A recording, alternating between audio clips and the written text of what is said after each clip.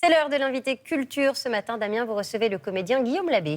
Absolument. Alors je prends deux exemples. Vous l'avez adoré dans Plan Cœur, notamment sur Netflix. Vous étiez l'ex, vous étiez un ex, c'est ça, Guillaume. Maxime. Ou bien également prof dans l'école de la vie. C'était sur notre chaîne. Et on est content de l'accueillir ce matin. Bonjour Guillaume Labbé. Bonjour, merci de me recevoir. Avec grand plaisir. Vous allez le découvrir, Guillaume, dans la série événementielle sortie hier sur la plateforme Prime Video et dont on parle beaucoup depuis hier. Ça s'appelle Escort Boy, 6 épisodes. Alors, Guillaume, on est une émission familiale, on est le matin, donc on va être très imagé, si vous êtes d'accord, on va être bien soft. Vous campez un personnage, un des personnages qui, pour sauver financièrement le domaine apicole de votre papa, donc on fabriquait du miel dans Camargue, eh bien, qu'est-ce qu'il va faire? Il va devoir vendre ses charmes auprès des femmes riches de la région. Quand on vous a soumis le scénario, Guillaume, vous vous êtes dit quoi? Déjà, c'est Ruben Alves, le réalisateur, qui m'en a parlé. Il me l'a pitché, j'avais pas les textes. Et lui, avec son énergie et son envie de créer son univers, déjà, quel que soit le sujet, il donne envie. Ça, c'est clair.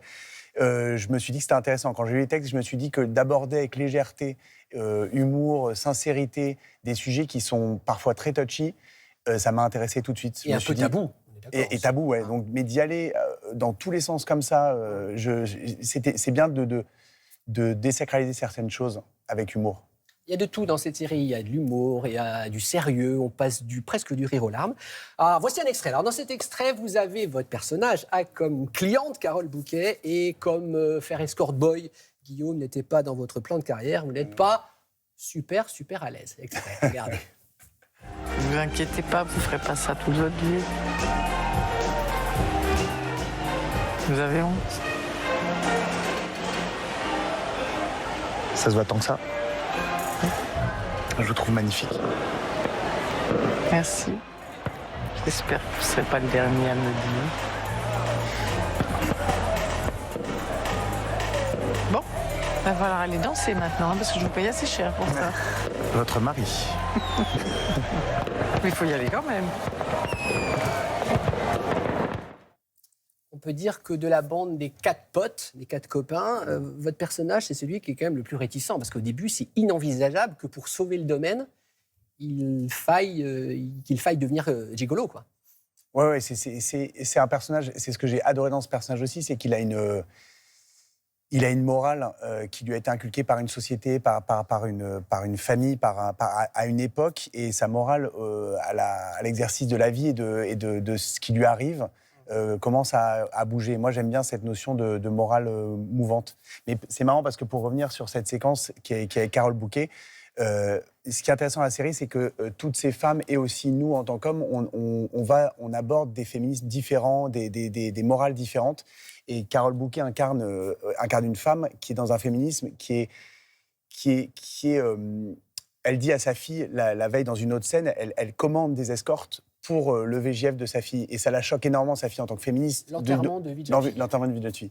Sa fille est très choquée de cette chose. Et le personnage de Carole Bouquet dit, mais les hommes ont profité des femmes pendant des années, à nous de le faire. C'est un féminisme qui est particulier, et on va vers là. Et on a vécu avec Carole Bouquet sur le plateau de Quotidien quelque chose dans la vraie vie où on était un peu comme dans la fiction, c'est-à-dire qu'elle a tenu des propos, elle a parlé par exemple de blagues grivoises qui seraient juste des blagues grivoises face à des personnes. Vous parlez à propos de Gérard Depardieu. Oui. C'est ça. Et nous, d'une autre génération, pour nous, ça, c'est du harcèlement sexuel. Déjà, une blague grivoise, c'est pas juste une blague sexuelle, et c'est juste lourd.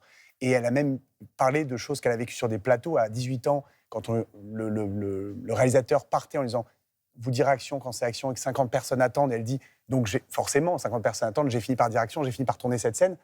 Ça, c'est un harcèlement, c'est une pression psychologique qui ne peut plus arriver aujourd'hui. Et Carole Bouquet, elle voit ça comme quelque chose de bien, qui s'est bien passé. Pour nous, pas du tout. Et je trouve intéressant de voir comme l'époque change et comme c'est difficile de trouver un lien entre ces générations qui parfois ont les mêmes combats, mais parfois sont très très loin les uns des autres. Le message est passé, Guillaume. Alors évidemment, pardon, cette question, à mon avis, elle est tarte à la crème. Tout le monde vous l'a posée. Mais comment on fait pour tourner quasiment nu dans tous les épisodes? La nudité, alors c'est du cinéma, évidemment, mais il y a des comédiens qui vous disent « Moi, je refuse », quand il y a trop de scènes. Et là, forcément, le personnage, il vend son corps. Donc, Il y a plusieurs choses. D'abord, il y a sa pudeur personnelle. Ensuite, il y a l'assurance avant, en amont, en parlant avec le réalisateur, en parlant avec le chef-op, vous me disiez en off, les lumières, c'est beau. Je disais que l'image était magnifique. Il y a un souci du détail, la beauté de l'image. Ouais. C'est hyper important. C'était intéressant aussi que Ruben nous filme. Pas de vulgarité. Il n'y a aucune vulgarité dans ce... Merci. Non, voilà, c'est vraiment... J'ai vu les 6 ça épisodes, il n'y a pas de vulgarité. Et parce que je pense que ça sert à un propos, qu'ensuite c'est bien filmé, donc avec pudeur, qui n'en montre pas plus que ce qu'il doit montrer pour défendre son propos. Et en tant qu'homme, d'être filmé aussi avec un œil, un peu comme des femmes ont été filmées pendant très longtemps dans la fiction. Ça veut dire que avoir des plans, on remonte sur les jambes d'un homme et sur sa chute de rein. On a plus eu l'habitude de voir des femmes filmées comme ça, parce que c'est souvent des hommes qui étaient derrière la caméra. Et ça, c'était très jouissif en tant qu'homme, d'abord parce que... On rééquilibre. Et puis ça me plaît d'être filmé comme ça me plaît d'être sexualisé, sensualisé comme ça, c'était très beau. Et puis moi, je les aborde, ces scènes sexuelles, comme des scènes de grande émotion, comme des scènes d'énervement ou d'émotions fortes.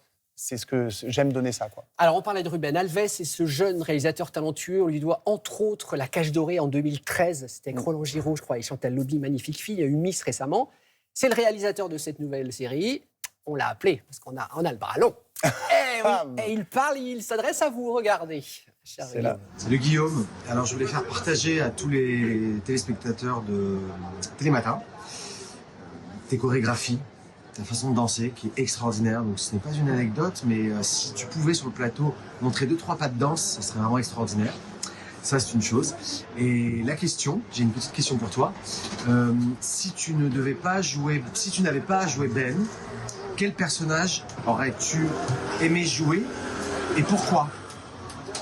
Ludo, peut-être? Alors, deuxième question d'abord à laquelle vous allez répondre. Il vous dit, est-ce que vous auriez aimé interpréter Ludo? Non, montrez-nous, s'il vous plaît, l'affiche qu'on voit les 4 personnages. Ludo, donc c'est le mari de Nora, Nadia Rose. Exactement. Voilà. Donc il est où Ludo là-dedans? Il est, attendez. Il est avec la salopette. Il est tout en haut à gauche, voilà, avec la salopette. Ouais. Pourquoi il fait référence à ce personnage? C'est fou on n'en a jamais parlé. Il m'a jamais posé cette question et c'est là où c'est Ludo. J'aurais vraiment aimé incarner Ludo. J'adore sa trajectoire parce que il est marié, il a un enfant et ils sont dans cette phase de couple aussi où la sexualité c'est difficile. Ça se délite un peu. On sent que ça manque de fantaisie entre eux. Voilà, le désir, de toute façon, il est amené à chuter avec le temps, avec l'amour. Et moi, c'est un sujet qui m'intéresse énormément. Il y a une sexologue qui me parle beaucoup, qui s'appelle Esther Perel, qui a fait de l'intelligence érotique. Et je trouve que dans cette série, c'est très finement abordé. Ça veut dire que il accepte de bouger la morale qu'on nous a inculquée. C'est-à-dire que dans ce couple, on croit que sa femme, quand elle l'apprend, ça va être une catastrophe pour elle. Et tout d'un coup, Nadia Rose... Elle est compréhensive. Et bien même, elle se dit, mais... Ça peut pimenter. Ça resexualise mon homme. Exactement, ça peut pimenter. Et j'aime cette ouverture d'esprit et le fait que il faut trouver des solutions pour continuer de s'aimer. Bon, vous avez vu, il y avait 2 choses. Il y avait donc la question. Et la première, c'était des pas de danse. C'est horrible. Ça, c'est un coup de poignard dans le dos qui ne m'étonne pas de la part de Ruben Alves, qui est quand même... Mais vous relevez le défi ou c'est compliqué? Moi, je peux vous faire un pas de danse. Est-ce qu'on a une musique? Alors, normalement, j'ai enquêté. Il paraît que vous aimez cette musique-là, Guillaume. Allez, on va partir en pause. Montrez-moi dans ce cas-là. Moi, je suis l'élève. Là, maintenant, là. Bah oui. Dans ce cas-là. C'est Fleur Copain qui joue dans la série, qui est une superbe danseuse. Je suis désolé. Non, je suis désolé pour le cadreur, je suis désolé pour le... Allez, un petit pas. Puisque c'est le défi. Alors, c'est plutôt ça. Alors, c'est pas un pas, c'est vraiment quelque chose. Elle voulait le faire. Alors, oui, je vous suis. Je vous laisse pas tout seul. C'est vraiment qui va avec cette musique. Voilà. Il faut vraiment détendre au niveau des hanches. À mon avis, je suis tendu au niveau de la hanche. Non, ça y est.